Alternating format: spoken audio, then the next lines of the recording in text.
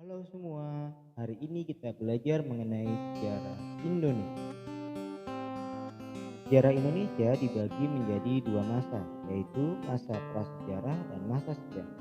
Masa prasejarah adalah ketika belum ditemukannya tulisan pada suatu periode tertentu, hingga mengandalkan artefak ataupun fosil pada peninggalan.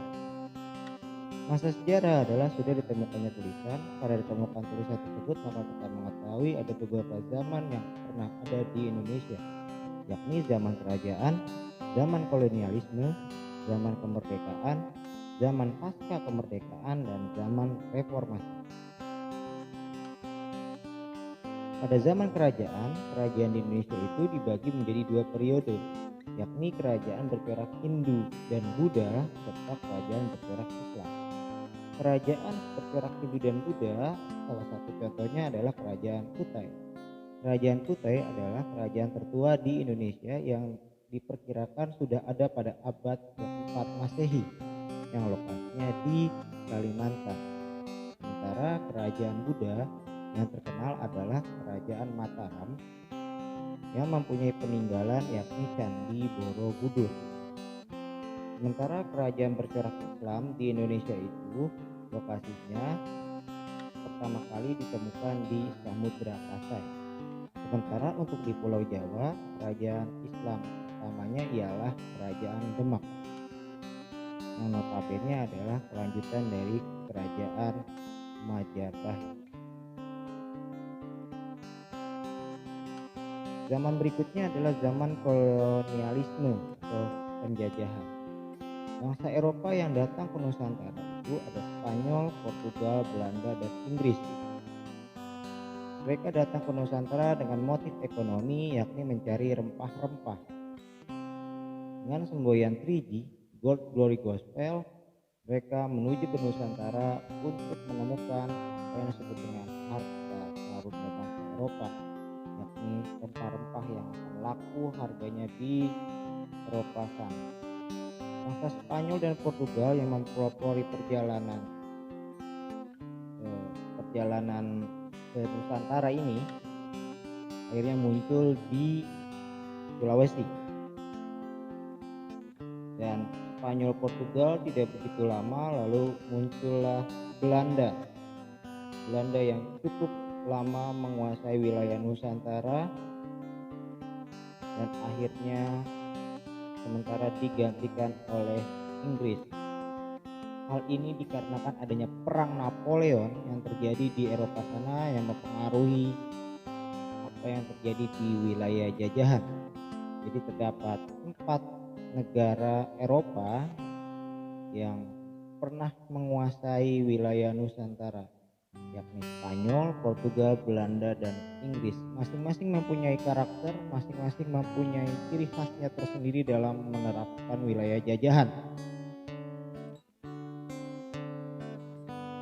Kemudian kita melaju ke zaman kemerdekaan.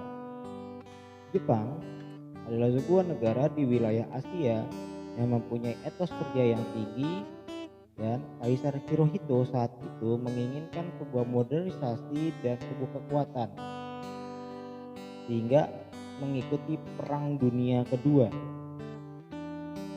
Salah satu wilayah jajahannya ialah Indonesia. Akan tetapi Jepang ternyata terdesak perang dan memberikan janji kemerdekaan dengan membuat organisasi yang disebut dengan BPUPKI, Badan Penyelidik Usaha Kemerdekaan Indonesia. Dan karena Jepang semakin terdesak, BPUPKI dibubarkan dan digantikan menjadi PPKI.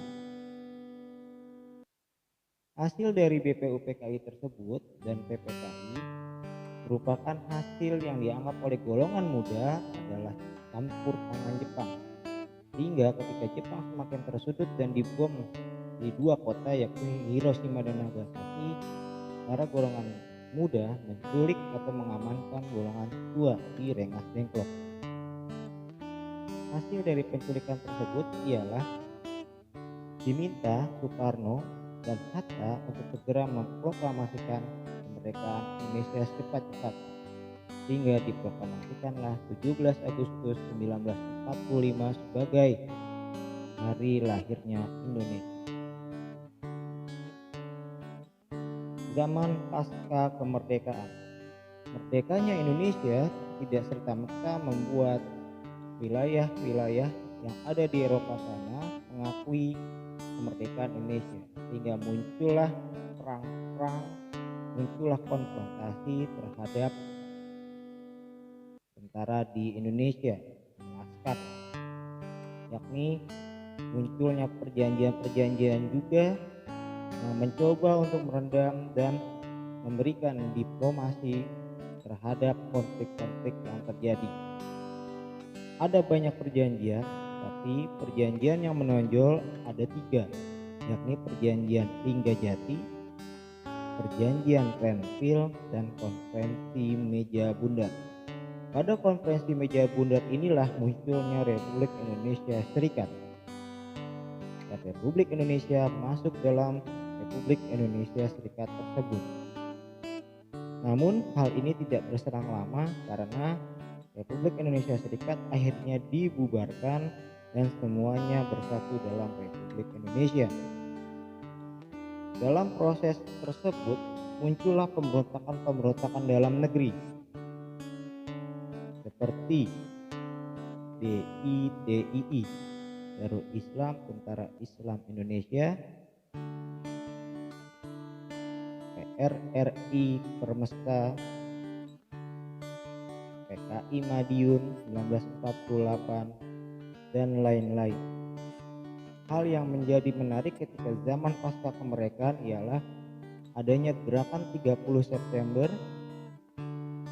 yang tujuannya untuk menggoyang situasi politik pada tahun 1960-an karena Presiden Soekarno mempunyai ide gagasan mengenai Nasakom, nasionalis, agama, dan komunis yang mengakibatkan sirkulasi politik menjadi tegang.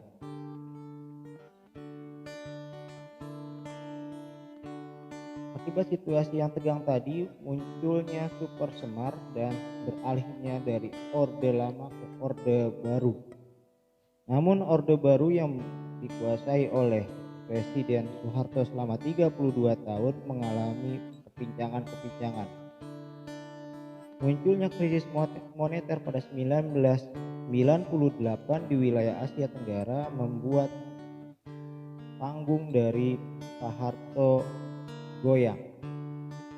Lalu muncullah reaksi-reaksi dari mahasiswa dan Orde Reformasi pun muncul dengan turunnya Pak Harto dan digantikan oleh Baharudin Yusuf Habibie.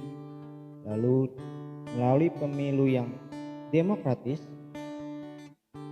terpilihlah Kiai Haji Abdurrahman Wahid.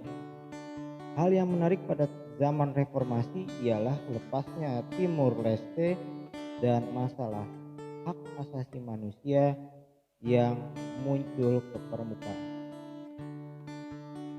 Baik, itulah tentang sejarah Indonesia secara singkat. Sampai bertemu lagi di video berikut.